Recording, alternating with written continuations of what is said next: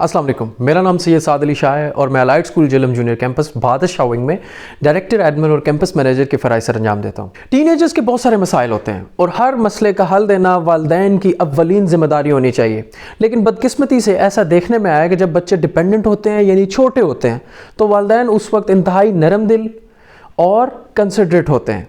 लेकिन जैसे जैसे बच्चे अपनी उम्र में बढ़ते जाते हैं वैसे वैसे वालिदैन का बर्दाश्त का जो थ्रेशोल्ड है वो नीचे आता जाता है।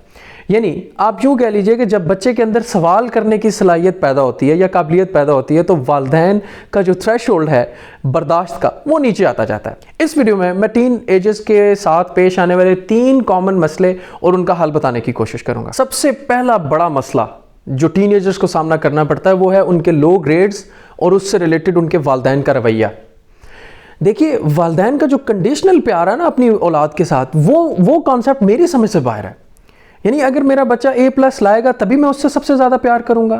अगर किसी सब्जेक्ट में उसके कम मार्क्स आ जाते हैं तो मेरा रवैया अपने बच्चे के लिए क्यों बदल जाता है। अनफॉर्चुनेटली इसकी जो शुरुआत है ना वो देखा देखी हुई है कि फ़लाँ क्या कर रहा है, फ़लाँ क्या कर रहा है, और जो मुआशरे की दी हुई तारीफ़ है ना तालीम की या ग्रेड्स की, उसको हमने बहुत जल्दी अडॉप्ट कर लिया। हमने तालीम को जोड़ दिया है बच्चे के कमाने से और हमें यूँ लगता है कि अच्छे ग्रेड्स ही एक बच्चे को कमाने के काबिल करते हैं। हालांकि ऐसा नहीं है। आपके बच्चे के ग्रेड्स उतने मैटर नहीं करते जितनी उसकी स्किल्स मैटर करती हैं।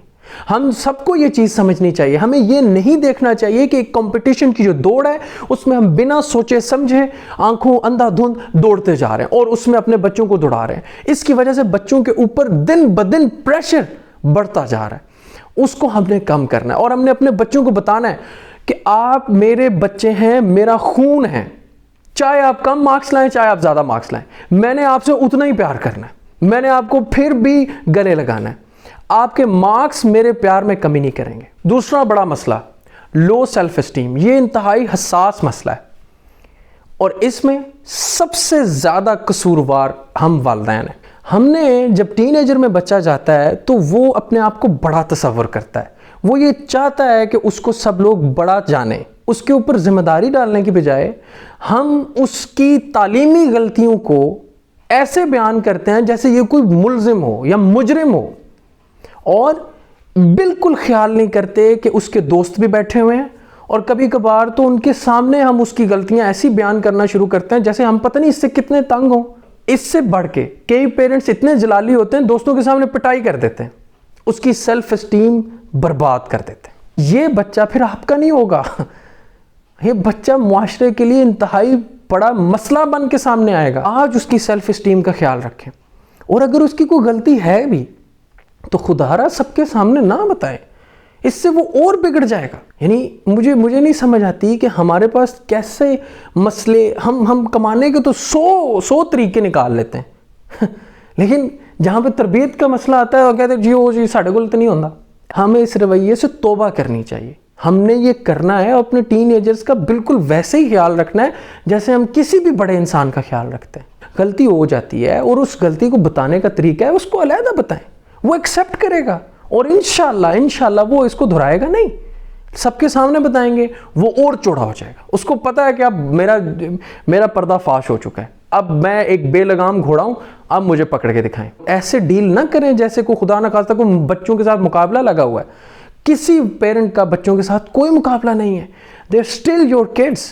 ठीक है, वो हर एज में आपके बच्चे हैं, उनकी ओनरशिप लें। तीसरा कॉमन इशू जो हर टीनेजर को डील करना पड़ता है वो ये है कि उसकी लुक्स कैसी हैं या उसका इमेज कैसा है, उसकी अपीयरेंस, उसकी प्रेजेंटेशन बाकी लोगों के सामने कैसी है। आपने देखा होगा कि अक्सर टीनेजर खास तौर पे बालग होने से कुछ अर्सा पहले उनके अंदर ना एक आदत डेवलप होती है। बार बार शीशे को देखते हैं, छोटी छोटी डिटेल का ख्याल रखते हैं, बड़े टिप टॉप रहते हैं। और कई तो ऐसे ज़बरदस्त लोग होते हैं कि वो सारा दिन गर्मियों में भी जूते पहने रखते हैं और उन्हीं में सोते हैं और कपड़ों की क्रीज ख़राब नहीं होने देते, यानी इस्त्री करते हैं और बड़े एहतियात से चलते हैं कि कहीं हमारे कपड़ों को ना जो उनकी जो प्रेस है वो ख़राब ना हो जाए।